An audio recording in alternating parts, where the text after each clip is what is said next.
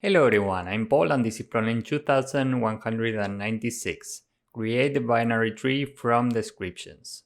This is a medium problem and it's a very interesting one, so let's start. We are given a 2D integer array descriptions where each element is an array with three values, parent, child, and is left. This is the information of some binary tree which we have to build. So of course that the parent is the parent of the corresponding child, and is left can be either 1 or 0. If it's 1, then child is the left child of the parent, and if it's 0, then child is the right child of the parent. So given these array descriptions, we have to build the corresponding binary tree and return the root. And this is very important. Test cases are generated such that the binary tree is always valid. So if we are given this input, we can build this binary tree and return the root. So we are given this array and we want to build this tree. My first intuition was to look for the root. How can we get this number? Well, by definition, the root has no parent. And this means that we can iterate these arrays from left to right and first check what are all the children. So we can have a set, and here we store unique children. So we go from left to right. First we have this one, so we add 15, then we have 17, then we have 20, then 80, and finally 19.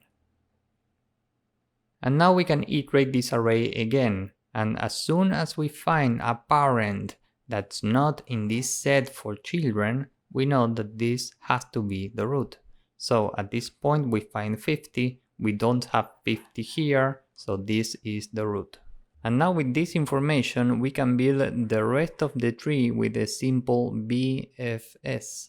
And remember how BFS works. We can build an adjacency list with this information, and for example we have an edge between 50 and 20. We have this edge, and here is left is true. We are using the second value in each tuple for is left. As you can see, here we have the corresponding information. And remember that we need a queue for BFS, so we can start from the root, and while we have something here, we pop the first element. First we are here, and now we have to iterate neighbors. So we check in the adjacency list what are the neighbors of 50, and here we have 2, 20 and 80. So first we iterate this one, is left is true, which means that the node to the left is this one. The value for is left at 80 is false, which means that 80 corresponds to the right node. And every time we need to add this into the queue. So here we add 20 and 80. Now we can continue and pop the next element, which means that we are here, and the neighbors of 20 are 15 and 17, these two. So we know that 15 is to the left, 17 is to the right. We need to add this to the queue. Now we can continue and pop the next element. So we are standing here, and the neighbor of 80 is 19, and this is to the left of the parent. So now we need to add 19 here. Now we pop the next element, which means that we are standing here and 15 has no neighbors, so we continue. Next we are here, we pop this, 17 has no neighbors here, so we continue. And finally we pop this, 19 has no neighbors, so that's it.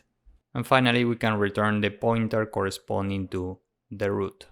Overall time and space complexity for this approach is big O of n, where n is the length of descriptions. So with this in mind, let's go with the code. First, we can see that the value for the root is 0. We have a set for children, which is empty, and we are using an adjacency list.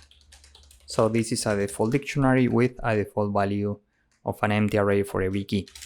And now we can say for every parent, child, and is left in descriptions, every time children dot add c, and we can say adjacency list add parent dot append, and here we are using a tuple with child and is left. Now we can iterate descriptions again to check what's the root. So for every P, C, and is left in descriptions.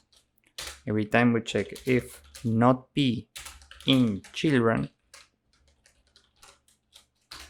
now we have the root, so we can say that root is equal to P, and we can break this loop right away.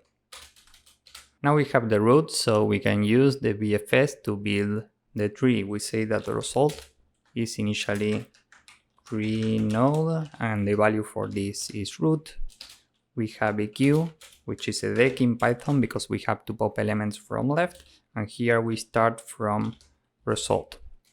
And well, now we can say while we have something in the queue, we pop the leftmost element, pop left, and this will give us a node.